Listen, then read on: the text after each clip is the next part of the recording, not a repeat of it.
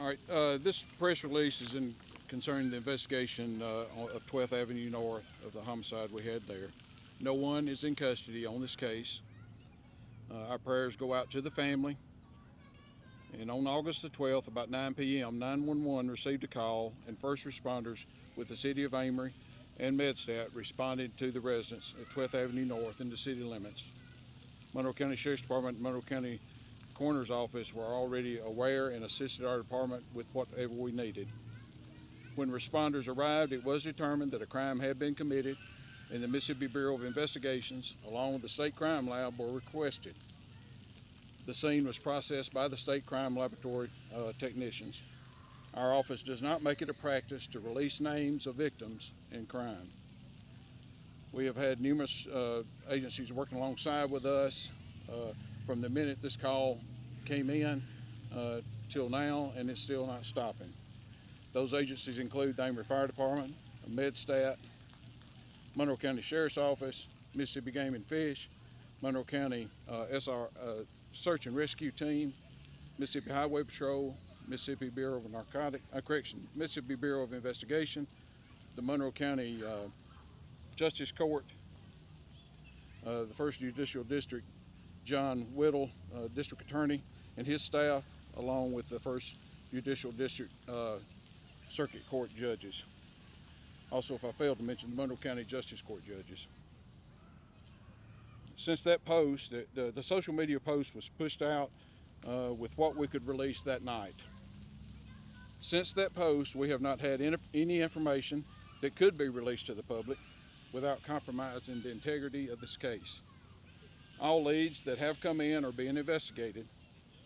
If you have any information, you can call anonymously to the Golden Triangle Crime Stoppers, and that number is 1-800-530-7151. Crime Stoppers just wants your information, not your name, and it is a paid information for tips. Or you can contact the Amory Police Department at 256-2676. If you were in the area of Highway 6 and Highway 25 North in the city on between 7:30 p.m. and 9:30 p.m. on Thursday night, August the 12th, and noticed anything suspicious, please give us a call. If you were in that area at the time and you happen to have a dash cam in your car, in case of accidents that people place in their vehicles, if you have one of those, we request you to contact us also. We'd like to get any video that you might have. If we've not already reached out to you and you live in this area and have surveillance cameras, please give us a call. We'd like to get a copy of your documentation of video. Do not rely on personal social media accounts post about this crime or any other crime.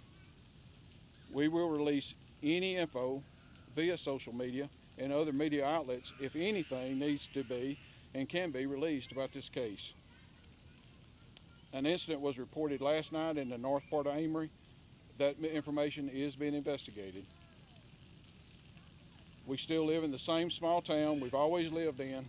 However, the times in this world has changed. Therefore, the same practices that we've shared before still stand. Lock your vehicles and your doors at night. Be aware of your surroundings. You know what and who belongs in your neighborhood. We patrol as much as humanly possible and still rely on your input on any suspicious activity. Don't worry about someone judging you for calling in on something suspicious or even a tip in this case. You will see a large increased presence of law enforcement officials in the next few nights, both visible and not so obvious. There are multiple reasons for this, including investigative and proactive purposes. This has been done ever since the incident, but will be much more obvious from this date forward. I personally apologize for the delayed updates, and citizens deserve to be informed of what goes on and the safety, and we will continue to do so as we have in previous cases in the city. But the priority focus has to continue to be the investigation and getting the information out as needed. Again, we're not answering any questions today. All information that can be given out will keep, while keeping the integrity of this case, has been and will continue to be given out to the public. Thank you to the agencies assisting us in any way, and to those praying for the personnel working the case, and especially to the people that's praying for the family. Please continue to pray for that family, pray for our community, pray for the first responders, and everybody that's involved in this very difficult time that we're in today. Thank you, and I want to thank you all for pushing this out to the public, because we're trying to get that information out that we can. But again, I must say that the integrity of this case, of every case that we work, has to be the utmost priority from the police department. Totally understand you're not going to. If you don't want to answer, I get it. First off, what happened last night? I don't expect. Again, I'm not looking for specifics, but I think a lot of people, a lot of folks are on edge. You know how social media is. We're not looking for names or anything, but when you say something happened, that just leaves it open to imagination. We had an assault.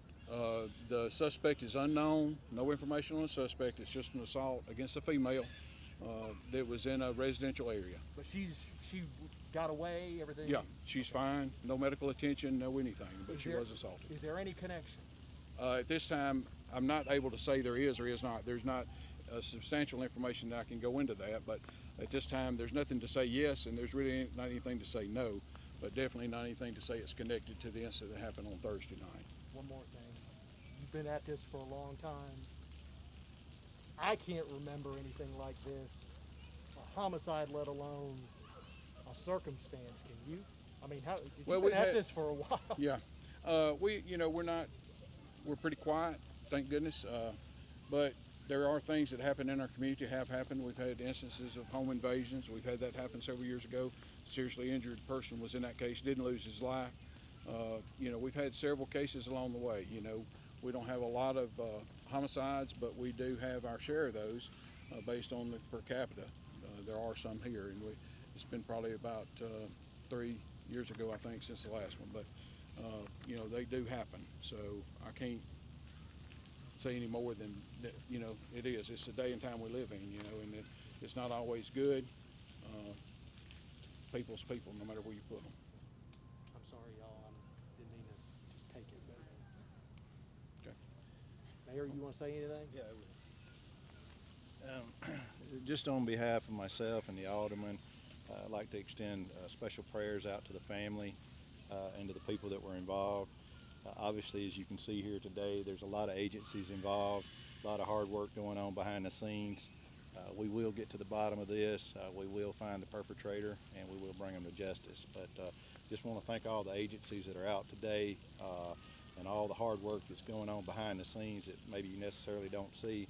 But a lot of activity going on. This is a fluid case, and we will bring the perpetrator to justice. How do you assure the folks in this town who are on edge right now, how do you assure them this thing's going to work out? Well, at this time, I really can't assure other than the fact that we're going to work hard. We're going to leave no stone unturned.